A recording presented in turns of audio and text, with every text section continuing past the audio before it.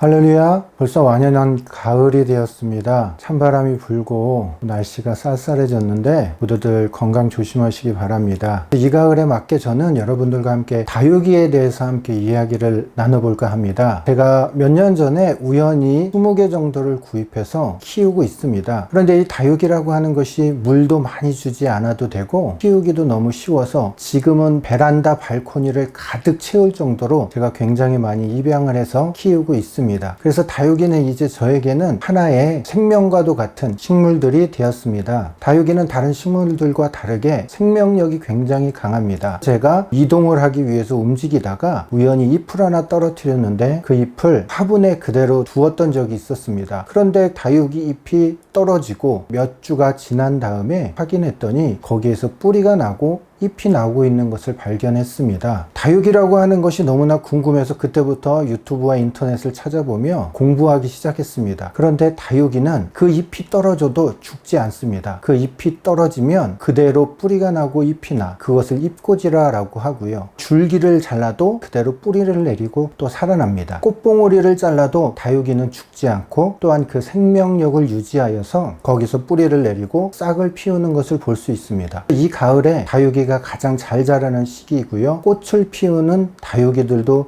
있다라고 하는 것입니다. 저는 이 다육이들을 볼 때마다 하나님께서 주신 생명이라고 하는 것이 얼마나 귀한가를 다시 한번 느끼고 새삼 깨닫게 됩니다. 창세기 1장에 보면 하나님께서 이스라엘 백성들, 하나님의 백성들에게 공통적으로 하시는 말씀이 있었는데 그 말씀은 생육하고 번성하라 라고 하는 말씀이었습니다. 우리가 하나님의 말씀대로 생육하고 번성하여야 될 줄로 믿습니다. 그런데 이 생육하고 번성하기 위해서는 무엇보다도 우리 안에 하나님의 생명이 있어야 될 줄로 믿습니다. 그 생명이 있어야만 우리의 영혼이 살고 범사에 잘 되는 놀라운 축복이 임하는 줄 믿습니다. 창세기의 10번에 생육하고 번성하라라고 하는 말씀이 나오는데요. 하나님께서 그만큼 중요하기 때문에 저와 여러분에게도 생육하고 번성하라라고 하는 말씀을 주시는 줄 믿습니다. 다육이 잎이 떨어졌지만 저는 그 잎이 죽을 줄 알고 화분 위에 올려두었지만 그것은 죽지 않고 다시 살아났습니다. 그 다육이 그 잎 안에 생명이 있기 때문이다 라고 하는 것입니다. 우리 안에 하나님의 생명이 있다라고 한다면 우리가 이 어려운 시기 가운데 결코 죽지 않고 다시 뿌리를 내리고 잎이 자라나고 또한 꽃이 피는 놀라운 은혜를 경험하게 될 것입니다. 여러분 안에 이 하나님의 생명이 있기만 하면 우리는 이 코로나 시국 모두가 다 죽어가고 또 모두가 다 어렵다고 하지만 우리는 반드시 살아날 줄로 믿습니다. 여러분 하나님 안에 있을 때 우리 안에 생명이 있는 줄 믿습니다. 그 생명력으로 다시 일어서시고 다시 회복하시고 다시 승리하는 여러분 되시길 주님의 이름으로 축원합니다.